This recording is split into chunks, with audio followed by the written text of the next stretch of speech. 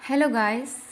हम आज यहाँ स्टडी करने वाले हैं केमिस्ट्री के कुछ इम्पॉर्टेंट टॉपिक्स, उसके कुछ बेसिक टॉपिक्स जो केमिस्ट्री में सबको तो नहीं आते हैं बट कन्फ्यूज़न सबको लगा रहता है। तो आज हम स्टार्ट करते हैं कि हमारे केमिस्ट्री में रसायन विज्ञान क्या होता है, वो किन किन पार्टों से रिलेट करता है। तो फर्स्ट ऑफ ऑल हमारी जो टॉपिक है वो है रसायन विज्ञान, और इसमें हम देखेंगे कि रसायन विज्ञान कहते किसे हैं। केमिस्ट्री विज्ञान की वह शाखा है जिसमें हम हमारे प्रकृति में उपस्थित तत्वों और यौगिकों के बारे में और उनमें होने वाले रासायनिक अभिक्रियाओं के बारे में स्टडी करते हैं। तो वो जो सारी ये इसके बारे में जो हम स्टडी करते हैं वो हमारा कहलाता है रसायन विज्ञान। और रसायन विज्ञान में और भी कुछ टॉपिक्स हैं, जैसे तत्व क्या होते हैं, यौगिक क्या होते हैं, तो इनके बारे में हम एक एक करके स्टडी कर लेते हैं। तो फर्स्ट जो हमारी टॉपिक है वो है हमारा एलिमेंट्स, जिन्हें हम तत्व कहते हैं। तत्व जो होते हैं ऐसे पदार्थ जिन्हें हम और अधिक सरल पदार्थों में नहीं तोड़ सकते हैं, वो तत्व कहलाता है। जैसे हमने सुना होगा पीरियोडिक टेबल के बारे में, तो उसमें जो होते हैं हमारे सिंगल रूप में जो एलिमेंट्स लिखे होते हैं वो ही हमारे तत्व कहलाते हैं। जैसे यहाँ पे कुछ एग्जांपल्स तत्व हैं हमारे, hydrogen, oxygen, iron, silver etcetera, ढेर सारे हमारे एलिमेंट्स हैं, इसमें कुछ नाम लिए गए हैं। और जो हमारा सेकेंड टॉपिक है उसका नाम है कंपाउंड्स। कंपाउंड्स जो हैं उन्हें हम यौगिक कहते हैं। कंपाउंड जो होता है वो होता है तत्वों के मेल से बनता है। जैसे इसमें डिफिनीशंस लिखी है कंपाउंड्स की, दो या दो से अधिक तत्वों को आपस में मिलाने पर यौगिक की प्राप्ति होती है। तो जैसे दो तत्व हमने ले लिया, हाइड्रोजन ले लिया और ऑक्सीजन ले लिया, तो हाइड्रोजन और ऑक्सीजन के कॉम्बिनेशन से हमारा बना है H2O, जिसे हम जल कहते हैं। सेकेंड हमारा है NaCl, सोडियम क्लोराइड, जिसे हम लवण के नाम से जानते हैं। और है हमारा लास्टली जो हमारा थर्ड है वो है हमारा NaOH। ये है हमारे यौगिक। उसके बाद जो हमारी टॉपिक आती है वो टॉपिक्स हमारी है परमाणु।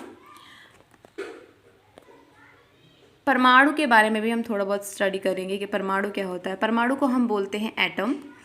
एटम जो होता है वो परमाणु तत्व का वह छोटा से छोटा कण जो किसी भी रासायनिक अभिक्रियाओं में भाग ले भी सकता है और नहीं भी ले सकता है।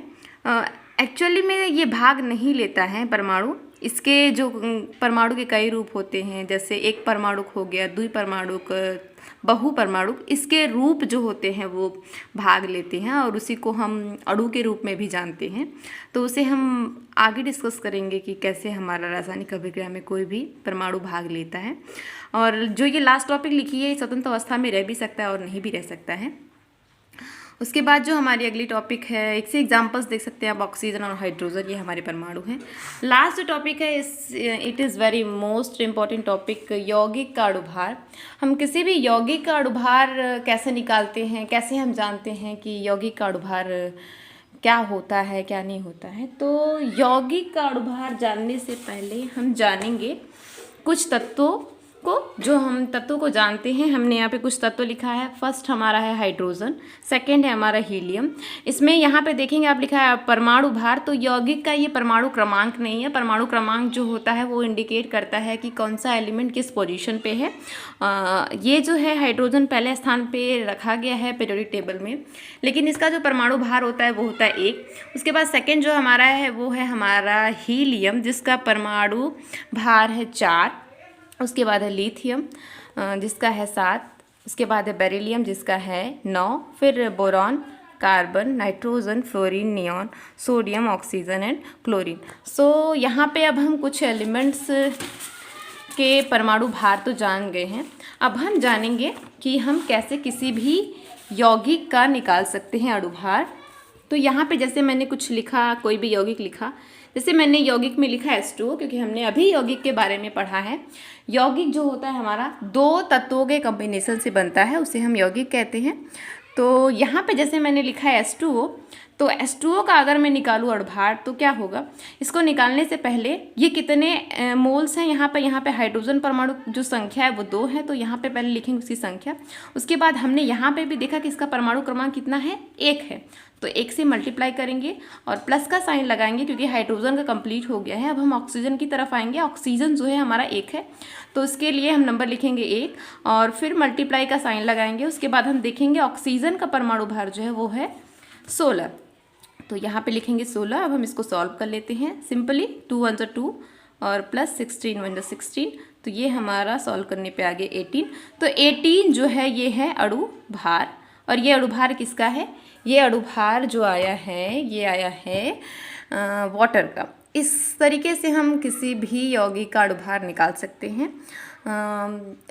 जैसे मान लीजिए मेरे पास एक कंपाउंड है NaCl, तो इसका अणु भार निकालेंगे तो सिंपली हम जानते हैं, यहाँ पे सोडियम का मैंने लिखा है 23 आपने देखा, तो यहाँ पे सोडियम की जो संख्या है वो है 1, तो 23 लिखेंगे क्योंकि 1 है, 1 से मल्टीप्लाई करेंगे कोई मतलब नहीं है। फिर प्लस का साइन लगाएं क्योंकि सोडियम कंप्लीट हो गया, एक तत्व तो हुआ हमारा।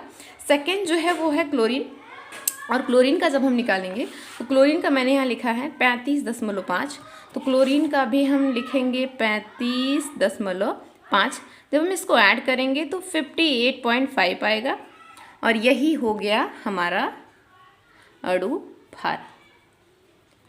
तो गाइस आज के लिए सिर्फ इतना ही, नेक्स्ट क्लास में मिलते हैं। Please subscribe my channel and click the bell icon button. Bye bye.